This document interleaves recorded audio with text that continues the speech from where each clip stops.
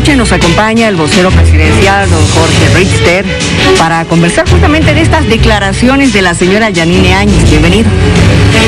Miriam, buenas noches. Buenas noches, ¿cómo está? Un saludo, Héctor, Leonel. Primero felicitarlos por el nuevo programa. Gracias. La entrevista de la señora Áñez no aporta absolutamente ningún dato nuevo, ni siquiera de la forma explicativa que la pudiera eximir de alguna responsabilidad. Por ejemplo, y de manera fundamental, no aporta nada en lo que refiere a lo que significó su interpretación absolutamente personal de la Constitución Política del Estado, previamente del reglamento de la Cámara de Senadores, para hacerse presidenta del Senado, convertirse en vicepresidenta del Estado en funciones y con ello poder dirigir la Asamblea Legislativa, y en función de ese antecedente que interpuso el tribunal o que explicó posteriormente el Tribunal Constitucional, de esa jurisprudencia, estoy hablando de la declaración constitucional del año 2001, poder tomar la presidencia del Estado sin necesidad de una resolución camaral o de una ley congresal. Tomó la presidencia, en 60 minutos se arrogó la presidencia del Estado. Y esto no es lo que explica. Y la pacificación del país no se puede entender nunca cuando hemos dejado 37 muertos para sostener aquel gobierno, más de 800 heridos, más de 1000 personas que perdieron la libertad. Pero ha llamado la atención, perdón, Héctor. No te preocupes. Ha llamado la atención lo que han titulado justamente en este medio, ¿no? El hecho de que ella dijo que llegó a La Paz en el peor momento, cuando todos los cobardes ya se habían ido. Pero ese es solamente un titular. Ella llegó a La Paz cuando ya habían acordado que iba a ser la señora Áñez la persona que pudiese lograr la sucesión. ¿Por qué digo esto?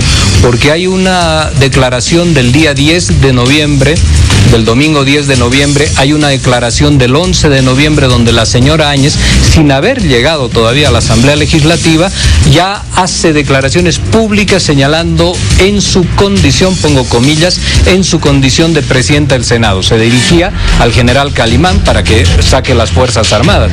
¿Quién le había conferido a ella ya el cargo de presidenta del Senado?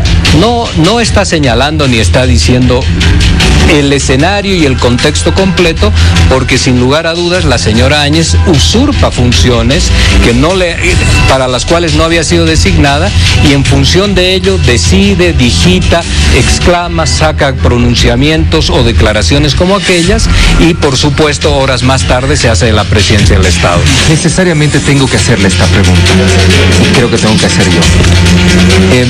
¿Fue o no fue constitucional la sucesión de Yanine Áñez? Yo tuve una respuesta suya. Yo he señalado durante todo el año 2020 que ese fue un gobierno no constitucional.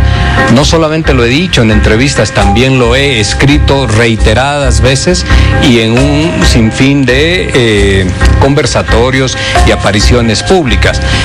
Posiblemente, Héctor, estamos yendo a aquella entrevista precisamente contigo el día 13 de noviembre a las 6:40 de la mañana aproximadamente, donde yo hago una introducción. La entrevista dura casi 24 minutos, yo hago una introducción y hago una referencia a lo legal y a lo constitucional, entendiendo el vacío de poder y lo que había señalado horas antes el Tribunal Constitucional Plurinacional, que ellos dijeron, sin ser una declaración constitucional, una resolución, ni un auto constitucional, es decir, sin que tenga toda la fuerza vinculante que se requiere para estos casos, que solamente la confieren las tres figuras que te he señalado. Aquello se produjo, aquella declaración, aquel comunicado del Tribunal Constitucional se produjo en medio de lo que significaba el hecho de la asunción a la presidencia del Estado, la señora Áñez. Lo difundieron los medios de comunicación, quienes estaban ahí señalaron que esto le confería la constitucionalidad suficiente, pero la entrevista tiene un contexto y un análisis extendido, y yo ahí señalo algo, Héctor, digo, el país va a debatir a partir de hoy o bien fraude o bien golpe de Estado. Eso señalo en la entrevista. Y era al día siguiente del golpe de Estado. Había que tener también algo de coraje para decir aquello sin poner en riesgo uno también su propia libertad. Jorge, yo tengo una pregunta para hacerle. Entiendo que son diferentes los casos de la expresidenta Áñez y Luis Fernando Camacho, pero ambos tienen algo en común. Ambos fueron por la gobernación, uno triunfante y uno, o una mejor dicho, como gran perdedora, que es lo que le pasó a Áñez. ¿Hubiese sido diferente la suerte de Áñez en caso de haber obtenido la gobernación? Seguramente que no, Leonel. Lo que le sucede a la señora Áñez ya es un caso que se abre en el mes de diciembre. La señora Lidia Patti lo activa, lo inicia, y esto ha ido recorriendo sucesivas etapas hasta que ha llegado esto que hoy en día conocemos.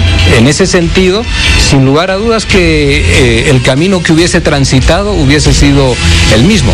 Es un supuesto, sin embargo, es un supuesto, pero la señora Áñez está hoy en día siendo investigada por lo que fue su participación en las horas, sobre todo, en las horas previas al 12 de noviembre, final del día, y por las cuales dijo que era presidenta del Senado sin serlo, se arrogó la presidencia de la Cámara de Senadores sin que haya quórum, y finalmente instala la Asamblea Legislativa sin que haya quórum. Le dice al país que no hay quórum, que se han hecho los esfuerzos necesarios, lo cual no habilita, y por supuesto después hace una interpretación muy personal del artículo 169, 160 de la Constitución Política del Estado.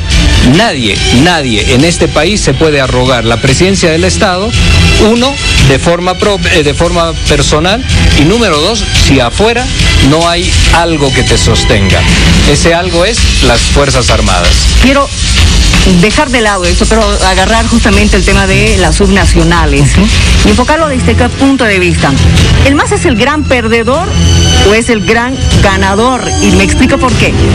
Tiene 3 gobernaciones. Usted me ha dicho que esto se mide a base de cuántas gobernaciones uno tiene. Tiene 3 gobernaciones, 6 las ha perdido. Sin embargo, tiene prácticamente en casi todas, excepto Tarija, si no recuerdo, mayoría con los asambleístas departamentales. Yo quiero conocer su criterio con relación a esto. Hay 2 momentos ahí, Miriam. La primera vuelta, que es el momento fundamental para constituir la distribución del poder. Ahí el movimiento al socialismo gana Cochabamba, Oruro, Potosí, Pando, Tarija y La Paz. 6 gobernaciones gana el movimiento al socialismo. De esas 6 gobernaciones, hoy en día tiene 2/3 Cochabamba, Oruro y Potosí, 2/3 en Chuquisaca y en Pando. En 5 gobernaciones tiene 2/3. En La Paz tiene mayoría simple. De 87 asambleístas tiene 63. Y en Tarija tiene mayoría simple, de 30 tiene 16, con posibilidades de establecer alianzas, pero tiene la gobernabilidad. Solo quiero decir esto, Miriam. Ya. Todos, en el mes de octubre del pasado año, todos decían que era muy bueno y muy saludable que el MAS pierda los 2/3 en la asamblea para que tenga la obligatoriedad de dialogar, buscar y concertar. Ya. Sí. Hoy en día nadie habla de que es importante que el partido de oposición, donde ha perdido las segundas vueltas, tenga una fuerte presencia en esas asambleas para que haya diálogo y construcción de consenso. Nadie habla de eso.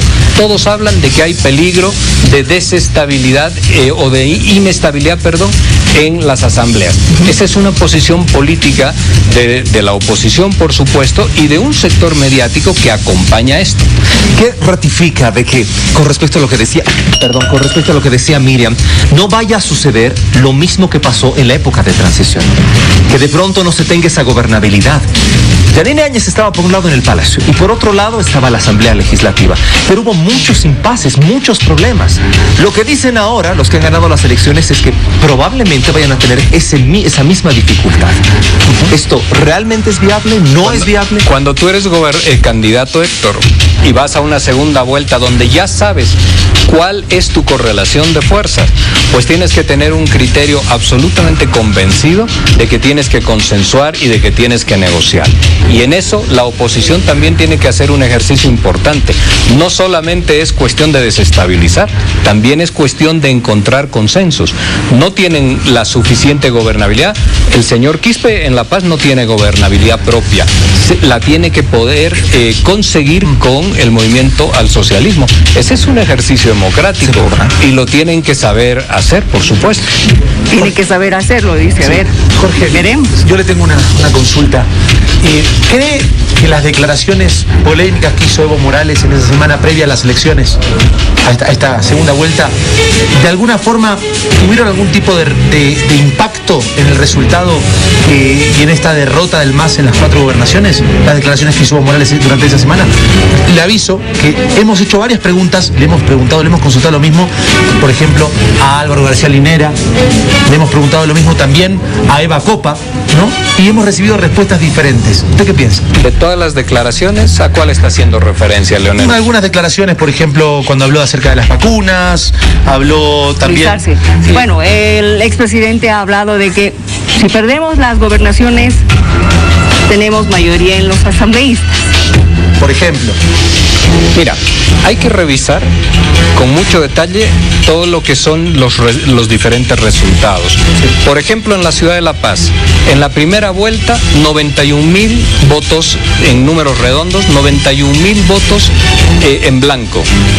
En la segunda vuelta, 11.000 votos en blanco. Significa que ha existido una voluntad de determinados sectores sociales que han decidido hacer uso de su voto, que tiene mucho que ver eso con el clivaje MAS anti-MAS, para tratar de desplazar al MAS del poder político de la gobernación. 80.000 votos distintos ahí, no es la única suma, ¿no? 80.000 votos. Y lo otro también es que la cantidad de votos de Rafael Quispe prácticamente en los hechos se ha trasladado al señor Santos Quispe, porque esa es la sumatoria que él tiene de los alrededor de 835.000 votos. Entonces no solamente son las declaraciones, una única declaración no moviliza todo un pueblo. Hay que mirar diferentes elementos para poder entender cuáles son las dinámicas electorales. Le agradecemos mucho, don Jorge Richter, por estar junto a nosotros, vocero presidencial, y explicarnos cuál es la situación por parte del gobierno. ¿Lo vamos a convocar en otra oportunidad? En todo caso, yo agradecido y nuevamente reiterar mis felicitaciones y un cordial saludo para todo el país.